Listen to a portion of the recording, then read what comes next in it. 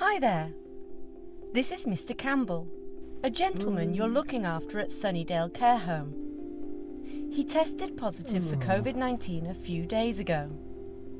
You're doing everything you can to aid his recovery, such as making sure that he gets plenty of rest, eats healthily, and keeps well hydrated. But what are the signs and symptoms that suggest he's getting worse and needs urgent medical attention? These are known as red flags. Let's run through 13 red flags that indicate that someone's health is getting progressively worse and that they need further medical attention. Trouble breathing. Ask yourself the following questions. Is the person breathing harder or faster than usual when inactive, or when doing usual daily activities, such as walking short distances or putting on clothes? Do they have shortness of breath at rest? Are they struggling to complete sentences? And if they're normally breathless due to a known condition, has it got worse? Other red flags include extreme tiredness or fatigue, particularly if it's worsening. Loud, raspy breathing or wheezing that is new and comes on suddenly and is accompanied by breathlessness and difficulty breathing. A worsening or persistent pain or pressure in the chest. Experiencing a significant change for the worse. New confusion, excessive sleepiness, or difficulty to awaken or arouse. A persistent fever that does not get better even if they take paracetamol. Coughing up blood. And if you notice that they have cold, clammy, or pale and mottled skin, they're not passing much urine per day, they have neck stiffness, if their lips, face, or hands have gone blue, or if they have a rash that doesn't go away if you put a glass on it. This means that they may be in the later stages of sepsis, which is life-threatening and means they need emergency medical attention.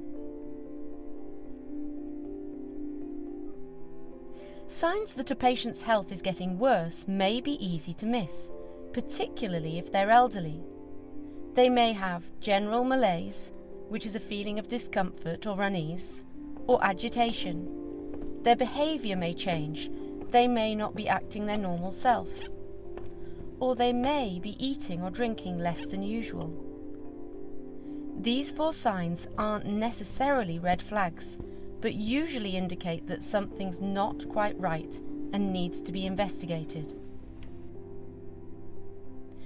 So we've outlined signs and symptoms that someone's health is getting worse, but who to call largely depends on what signs and symptoms they have and how severe these are.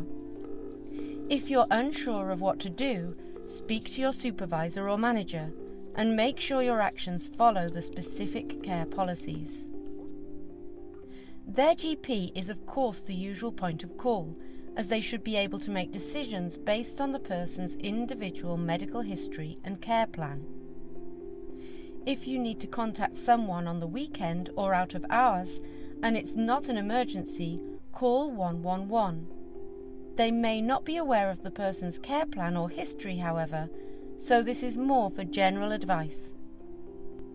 If you're calling the GP or 111, let them know the person's vital signs, so their heart rate, breathing rate, blood pressure and temperature, as well as their oxygen level if this is possible, and providing you can do so without delaying care decisions. This is incredibly important in helping them determine the next steps.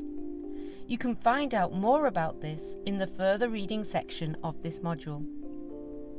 As usual, dial 999 for medical emergencies, and as long as this is in accordance with the individual's advanced care plan.